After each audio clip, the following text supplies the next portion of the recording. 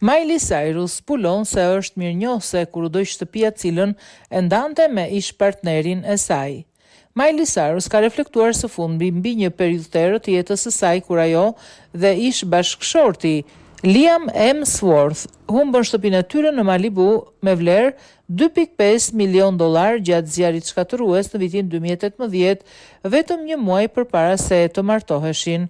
Kur mu doj shtëpia, në fakt, ishte bekimi më i madh që kam pasur ndonjëherë në jetën time, ka treguar këngëtarja 32 vjeçare gjatë një sezoni pyetje-përgjigje në eventin e saj Something Beautiful. Humbi e gjithçkaje dhe mundësia për të rindërtuar nga e para për të bërë zgjedhje të qëllimshme për çdo gjë që do të grumbullojë në jetën time, qoftë objekte apo njerëz, ishte një përvojë transformuese, shtoi ajo.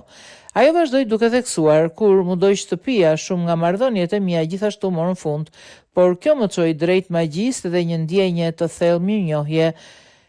Ajo dhe aktori australian, të cilët kishin një marrëdhënie të gjatë 10 vjeçare, u divorcuan vetëm 8 muaj më pas në vitin 2020.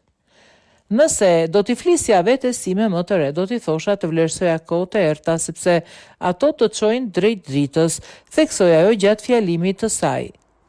Në vitin 2023, Miley zbuloi se kishte përjetuar sulme ankthi për shkak të kujtimeve nga ai moment pasi ndodhej në xhirimet në Afrikën e Jugut për serialin Black Mirror të Netflix, ku mori lajmin se shtëpia e saj dykaçe ishte shkatëruar.